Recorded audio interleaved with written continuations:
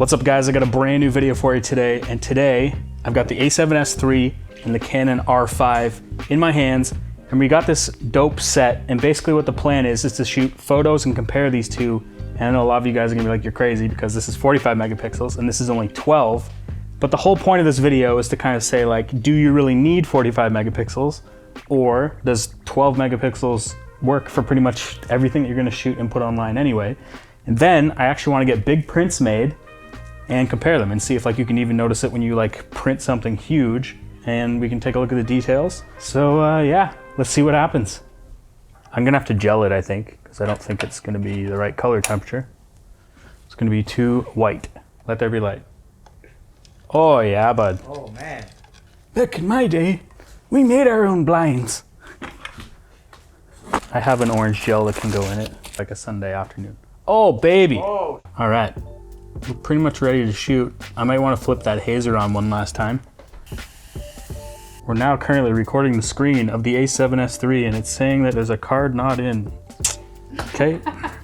And whatever shot I take right here, I have to completely match it on the other camera.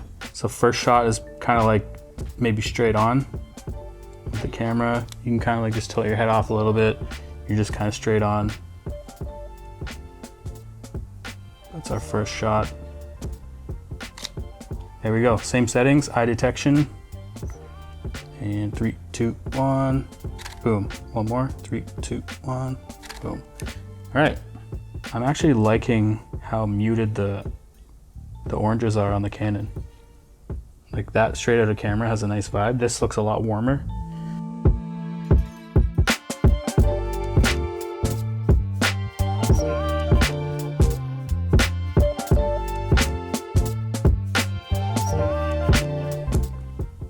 Canon's eye detection is not working. There we go. I wonder if I come at it from a different angle too, like a lower angle. 3, 2, 1. 3, 2, 1. Canon's lenses, you hear them clicking away? I think it could just be this Canon lens, the 35-1.8, but it's pretty clicky compared to Sony's lenses are like dead silent. It's like Sony just goes right to your eye, and Canon's like face, sometimes eye, face, and it's going like. I don't know if it's just this lens or what, but. All right, here we go. Head up just a bit more so the light hits your face more. Yeah, right there.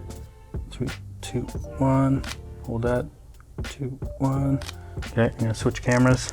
2, 1. I love the tone that I'm getting off the Canon, to be honest. If you show them side by side, how much warmer the Sony shots are. It's like reverse to what Sony and Canon used to be like.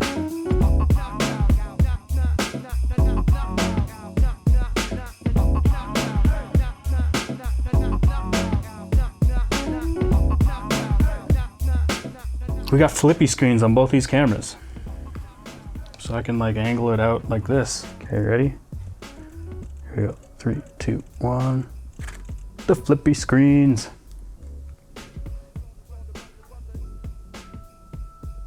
3, 2, 1. Nice.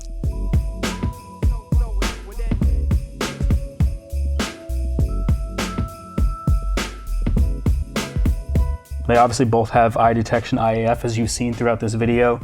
And I still find that the Sony is still latching on. A lot of people might not call the A7S III a great photo camera, but it's a beast. Like the eye detection's amazing. It shoots super fast, and it's gonna be good in low light. And I'll show you that in a bit. We're gonna turn down some of these lights and we'll shoot some stuff at higher ISO, and we'll take a look at the noise, and you'll see where this camera does a little bit better than the R5. That's actually sick. Maybe if you scoot back a little bit. All right, here we go, 3, 2, 1. All right, I like that. Switch cameras. Like this one.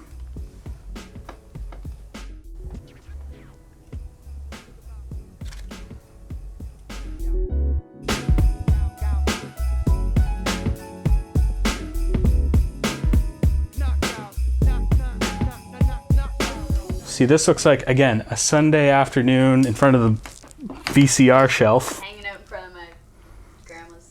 Looks like I just set that lamp on fire. All right, mood. We got the mood. It's going. All right. All right, here we go.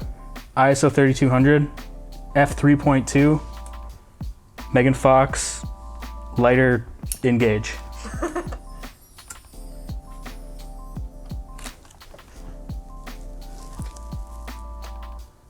Okay, there's not enough light beam hitting your face, so let me lower this until it does. Right there. Okay, switch into the Canon. ISO 3200, f3.2. Switch. This is the most annoying part, but it looks cool for the video. It won't go to that eye. Look, when I turn IAF on, it goes to the wrong eye. Why are you going to the eye that's not in the light? There we go.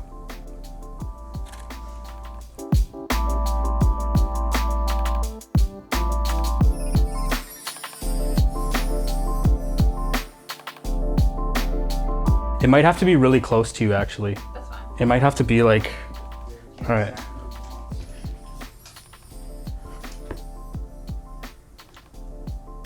I always never get exactly what I want. Okay, so you almost need to lower yourself just a little bit. Here we go, 3, 2, 1. So we're gonna test the low light performance on these bad boys. Here we go, 3, 2, 1. Yeah, oh, Canon is doing eye now.